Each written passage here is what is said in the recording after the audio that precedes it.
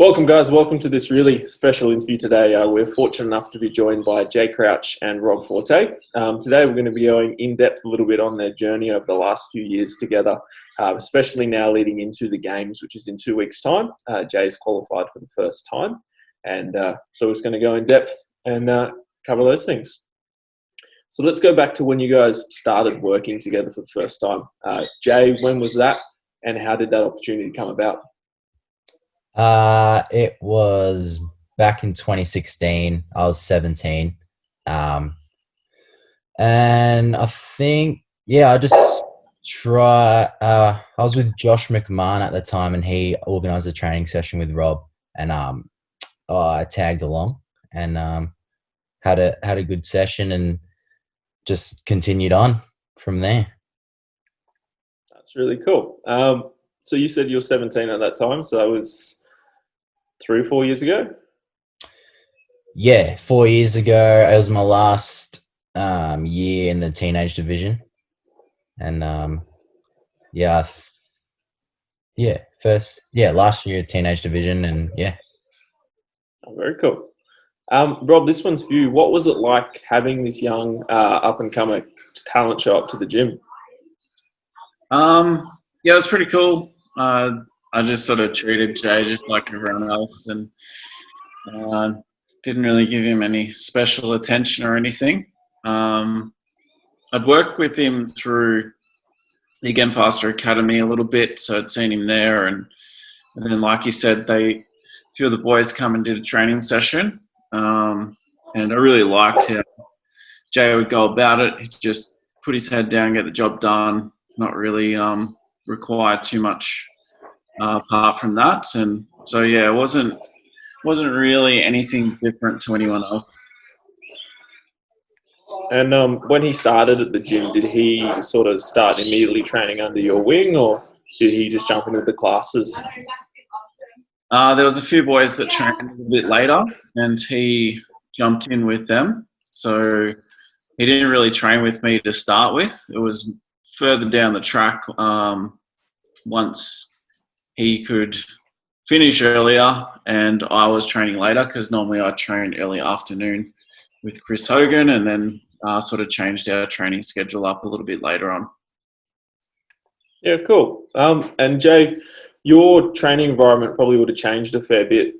You were at another gym, I think, before coming to Frankston. What was that transition into that training environment like? Was it a tough one to make? I know into the classes you had a bit of a peer group around you. What was that like? No, it was pretty easy, to be honest. I was just excited for something new and being around good athletes, and I clicked with a few of the boys pretty quickly. So it was really easy. Oh, that's cool. That's cool. It's a great training environment you guys foster there. Rob, when did you notice that Jay could potentially reach the top of the sport? He was pretty fit, and the boys that he trained with were also really fit. So didn't really stand out anywhere. It was a stage where he started really getting stronger and started to overtake the other boys in the strength work, and started to overtake myself. And then he developed he would normally be good at long distance running, but got to a stage where it was really good and really high level. So with the strength, the long distance running, and he's also a good sprinter, I'm like, he's pretty much good at everything. But it took probably 3 years for me to see that well-roundedness. Like I said, he had all the skills, super fit, but then it was really clear that he was at a high level in all areas of fitness. Just hearing Rob say that, Jay, did you have a sense of confidence in your abilities coming to the gym? Obviously, that peer group that you were in, you probably would have been hanging with those boys a bit, but you're a fair bit younger. That probably would have helped develop your confidence a bit, or did it? Yeah, 100%. Like it was sort of just me realizing a whole new level in where it was at, and that pushed me every single day, and I suppose that's how it got me here today. That's cool. Did you recall any struggles or doubts, anything like that, when you started along the way? Nah, no struggles or doubts because I always wanted to. I always felt like I could be where I am now. Like I wanted to be at the games one day individually. So yeah, never any doubts and never any struggles either. Because I was always like when it was after school every day. I was just looking forward to coming to the gym, and yeah, now it's after work every day. I look forward to going to the gym. So What about those days where you would cramp flat out? I'd say that they were some struggles. some tears as the boys don't let me forget about. All right, we'll say that. Some struggles. Oh, they seem like it all paid off in the end, right? Yeah, thanks to the pickle juice. That's the secret. We'll keep going on from here. Let's have a bit of an open conversation about what you guys think are some key aspects in that athletes should focus on to reach the elite level of the sport. Obviously, it's a place you guys are both sitting in. So, Rob or Jay, you guys, whoever wants to go first. You want me to go first, Jay? Yeah. I think you've got to first enjoy the process, enjoy showing up every day to the gym. Like it's almost your favorite part of the day because that builds consistency. If you're dreading going there, you're probably not going to be consistent. And then having some good people around you, good coaches where you get good information and then you start to actually apply that and build some self-awareness around exactly what you're doing, because then that's where you can improve, and always refining, always making your technique better. So going back to basics a lot and just pushing the pace. Like they're the main things that I'd say. Looking after your body and all those other things, like the main things, are pretty obvious, but yeah, it's a lot of 1%ers, but once you start to get into it and every day you reflect on your session and see what you can do better, that's where the improvement comes. It's a terrific answer. Yeah. I think a big one is having good people around you. Like a lot of the guys that I've trained with over the years now have been like real good mates. So that was a big thing for me. Just so you're always enjoying training, shit talking, all that sort of stuff. And then I feel like not overdoing it, not doing too much. Like what we do is just train 5 days during the week and then have the weekends off. So you always end up looking forward to training on Monday. It sort of sounds like, coming from you both, it's a lot about the process. I mean, having the goal in mind is really important, but making sure you really enjoy the day-to-day and act, I guess, intentionally in what you do day-to-day. Yeah, I think that allows you to be consistent, show up every day, every week, every month, every year, and give it 100%. So, yeah, I'd say that's one of the most important pieces is consistency. Okay. You guys got anything else to add to that, you reckon, or you're pretty happy? The volume of training I know is a big question from a lot of people, and I think it's different from person to person, athlete to athlete at the games level. I've always enjoyed doing one longer session per day rather than doing 2 or 3 sessions a day, and Jay's doing exactly the same thing. More about just maximum effort, maximum intensity, and rather than just doing a bunch of work at 70%, 80% just to say that you've done the work. It's more just focused efforts and really deliberate practice. That's what we sort of focus on. So dropping some knowledge bombs there, I think. It's probably not as complicated as what everyone wants to make it. You just got to put your head down and work hard and do that for a long enough time and believe in what you're doing. And like Jay said, I guess surround yourself with people that are like-minded. Definitely. Anything you want to add to that, Jay? I was just trying to think while Rob was talking, but nah, feel like that's pretty good. Sweet, sweet. Well, Jay, next question. You competed with Rob at the 2018 regionals and CrossFit Games. What was that experience like? Yeah, it was unreal. Like being on the top step at regionals was really good. But no, like just it was good to get that experience with him, learn all the little 1%ers. And a year that I definitely won't forget. What about for you, Rob? How was competing on a team different to going individual? It was really different, just because I spent a lot of time trying to teach the guys on, I guess, the craft of competing, where that was just all in my head. So I had to communicate a lot of that. Workout strategy was very different. A lot of the time I could just hit a workout on my own and just come up with a strategy on the fly based on how it felt. But with the team stuff, it was very different. You had to be super aware of how the other team members are looking, and then adjusting the workout strategy by how they were looking, how they were feeling. So it was very different in that sense. But it was really fun at the same time, because I really enjoyed that process of seeing everyone get better and pushing everyone too. As most of them probably experienced, that it wasn't any easier than going individual, because we're all just pushing each other really hard and going to pretty dark places together. So yeah, it was good fun. It was definitely different, but I'm not sure what the future holds for me, but I really enjoyed the team stuff. Just touching a little bit more on that, particularly with Jay, do you think the experience of being on the team, particularly under someone like Rob, has helped you with your success that you're having now versus jumping straight into individual competition? Yeah,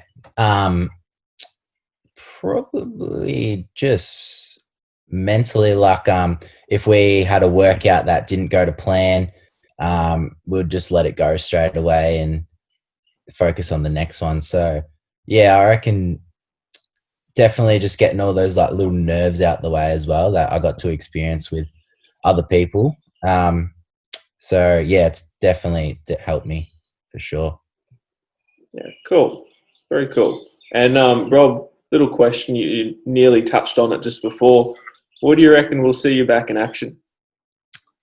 I have no idea. At this stage, I'm not really interested in competing. Interested in coaching and helping as many people as I can on the competitive side. So I'm definitely still going to be around and interested in it. I don't see myself coming back individually. I turned 34 in a couple of weeks, but so I'm only a year away from Masters, but it doesn't really interest me to do that. Possibly team, I don't know. So I don't have any plans. Maybe in a year or two that may change, but I'll just take it year by year and go by how I feel. Victorian Pro will be our thing. Hopefully it stays pairs. Yeah. You'll see the old boy on show there. I'm looking forward to that. If that's the case, I'll definitely be teaming up with Jay and doing that, throwing down. Hopefully Rich and Royce jump back in and so we can kick their asses this time. Get that rematch. Yep. Very cool. Very cool. Well, if you guys are happy to, we'll shift gears to sanctioned events. That sound all right? So, don't know? No. Yeah, that's fine. Jay hasn't had much success, so it's not a very good topic, is it? No. So 2019, Jay, you competed in Down Under in Wollongong and finished third. Then you went on to finish second at the Southfit CrossFit Challenge in Argentina. Were those results a surprise to you? Yes, the Down Under was. I was going there to finish top 10 and I would have been stoked. So yeah, to finish third, that was real good confidence booster. And then going to South Fit, yeah, that wasn't too much of a surprise after Down Under, but it was still something that I was stoked about. Just missing out on winning there. So yeah, I'd say Down Under was a surprise, but South Fit not so much. Okay, that's cool. And you've had obviously your track record's pretty good. It goes 3, 2, and 1. So we'll come to first place at ACC. You won that. That secured your game spot. And it was against some of the best CrossFit athletes in Australia. So it was no real small victory. If you want to tell us about that experience from event to event, and even during, just so we can get a little idea of the experience you had. Yeah. So when I was like, I'll talk about the lead up to it. From South Fit, like I was obviously pretty disappointed, like not winning that because I was so close. And yeah, from then I think it was about 3 months until ACC, and I sort of just put my head down and I was trying to train as best as I could, going into ACC, like believing that I could win it. And yeah, so we did that. During each event, yeah, we were just coming up with good game plans. All the workouts ended up like being pretty good for me. There wasn't a workout that that didn't suit me. So yeah, we're coming up with good plans for each workout, and yeah, we just kept doing pretty well at each one. I can't remember my placings, but I don't know what my worst one was, but they were obviously pretty consistent. And yeah, I had a great time. Well, very, very clearly you did. That's awesome. Rob, what do you reckon was the success formula for ACC outside of obviously pickle juice? Well, the preparation was really good. Like you said, he had a lot of fire in the belly, so the training was good in the lead up.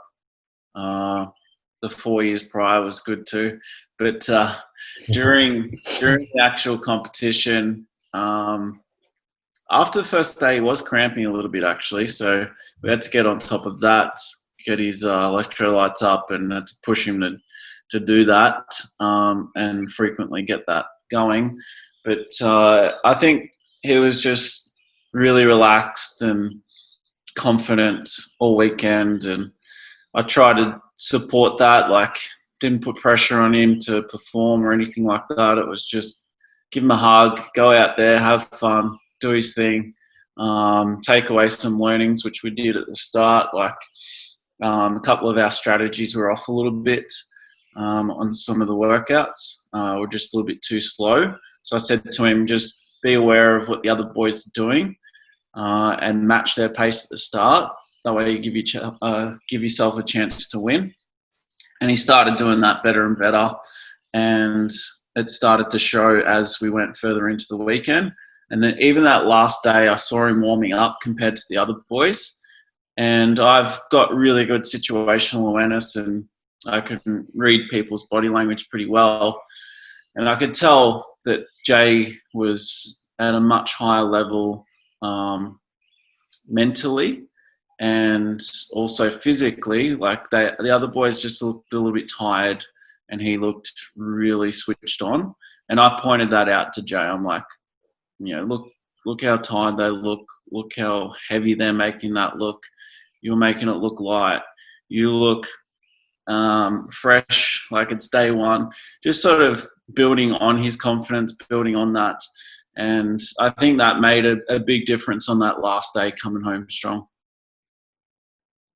That's just touching on what you just said there. It sounds like the importance of a coach, particularly in these environments, is really important. Just to sort of those extra eyes and ears, and just that little morale boost. Particularly, I guess, the relationship you guys have and you've built up over the last few years. But Rob, I'll ask you this: is where do you see that coach and athlete relationship coming into the top tier of the sport and the importance of that? Yeah, I think it's really important. Like you said, the morale boost is super important. When me, Cara, and Brian would work as a team at the games, it always felt much better. I didn't feel like you're alone going through that pain and suffering, because that's what it ends up being. It's a pretty tough gig what we do. So I think having someone there to bounce those emotions off, bounce the ups and downs off, keep you a bit more level-headed and focused, it's a really big part of it. And, watching earlier heats also pays off. So I had the opportunity to run up, watch the females or watch the early male heats and see how things were laid out and see how things look. And then I could run back and tell Jay that. So just little bits of information that if you're there on your own, you wouldn't receive those bits of information. You wouldn't be able to bounce ideas off anyone. So I think having someone there with experience and with some knowledge does really help. Very cool. And Rob, we'll just kind of switch gears a little bit again, particularly with Jay leading into the games now. What's the programming been like for you as his coach in the lead up to this online competition? And probably a little bit of a background as well for the guys, the fact the games is online this year, or at least the first part is, so if you want to fill them in on that. Jay. Was that my question? Or you can fill them in on the games process this year and what the difference is, and then I'll throw that programming question back to Rob. Yeah, sweet. So yeah, the games got announced that it's going to be online now due to COVID, obviously, which is good because at least it's something. And it's going to be on Friday the 18th and Saturday the 19th. And yeah, they're just going to release workouts in certain time frames and that you have to complete them. So, and it's all going to be in local time, so no one would have the advantage and disadvantage of that. So, yeah.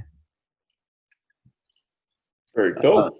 The programming in the lead up to this competition, it's sort of hard to tell how they're going to do it, whether it's going to be more like regionals or it's going to be more like open or a little bit of both.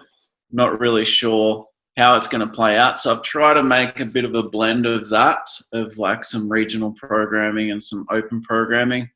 But yeah, don't really know. It's just sort of business as usual. We try and cover all bases anyway with the programming, continuously building strength, working on Olympic lifts, throwing in common movements that always show up in competitions like muscle ups, toes to bar, handstand push-ups, thrusters, like all the common ones that normally show up, whether it is actually open regionals or games, that sort of stuff shows up at all three levels. So just covering off on those movements and having to think about what Jay may struggle with or has struggled with in the past and trying to expose him a little bit more to that, which is getting harder and harder because that's getting lesser and lesser. So yeah, it's just pretty much business as usual, and we'll do a little bit of a taper off the week before.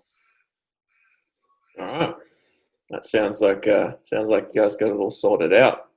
So Jay, obviously with the COVID restrictions going around, you're in stage 4 at the moment, which means you can't really leave your house. So has that affected your training at all? I know you've got a really great training partner there in Maddie as well, and I'm sure that probably adds to the environment. But how's your training been with these current restrictions, particularly leading into the games? It was tough at the start, just sort of getting into a different routine and kicking myself in the ass for when I had to be accountable for myself, I should say. And yeah, like it just took a little bit to get into the routine of training at home and not being with the boys, which I enjoyed, just being around with mates and talking shit. So yeah, it's got good now in the last few weeks, which has been a lot better. So yeah, it's been tough, but now it's good.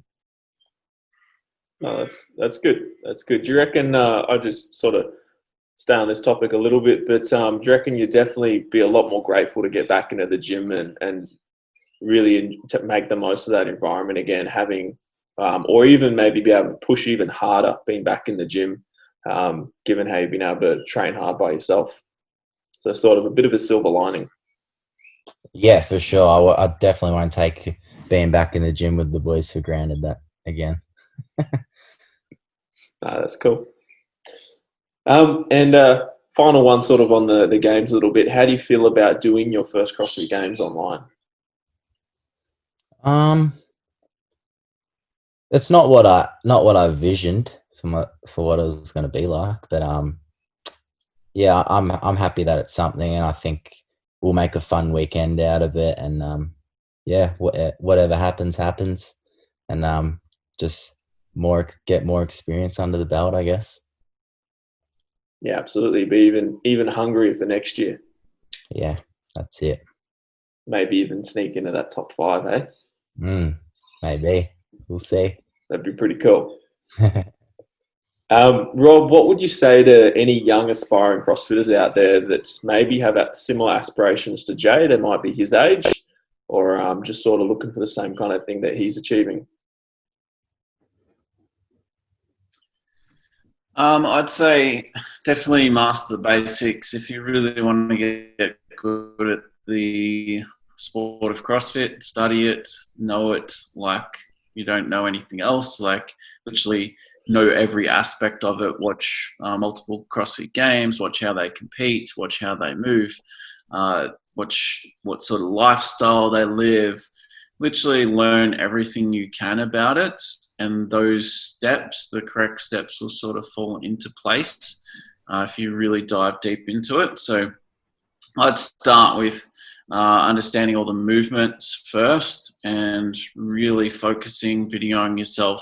Don't push the weights, push the movement quality and the technique side first, and then the other stuff will come, and you're less likely to have injuries. Look after your body, look after your mind. So it's not just all about thrashing your body in the gym. You got to look after your mind. So do some mindfulness practice and some breathing work.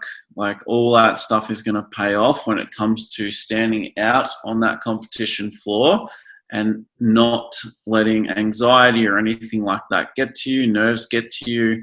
You can stay level-headed, calm, do what you need to do what you've practiced in the gym without some external stuff getting in the way. So just really learning as much as you can, being a sponge, taking it all in, and then starting to put it into practice. Would Jay, would you add anything to that? Obviously, from your own personal experience.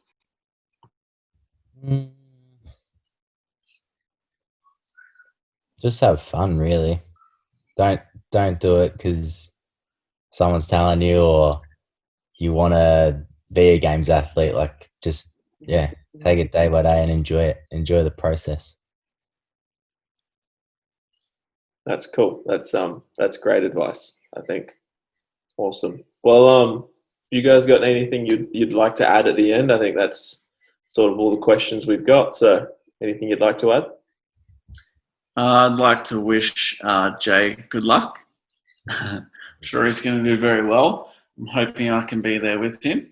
We find out very soon what the next stage of restrictions will be and what we can and can't do. But hoping it all works out well and we can get behind him and see what happens.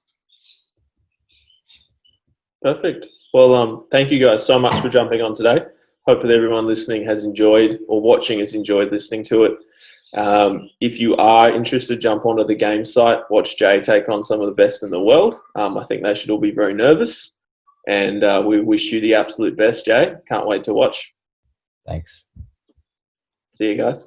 See you, boys. See ya.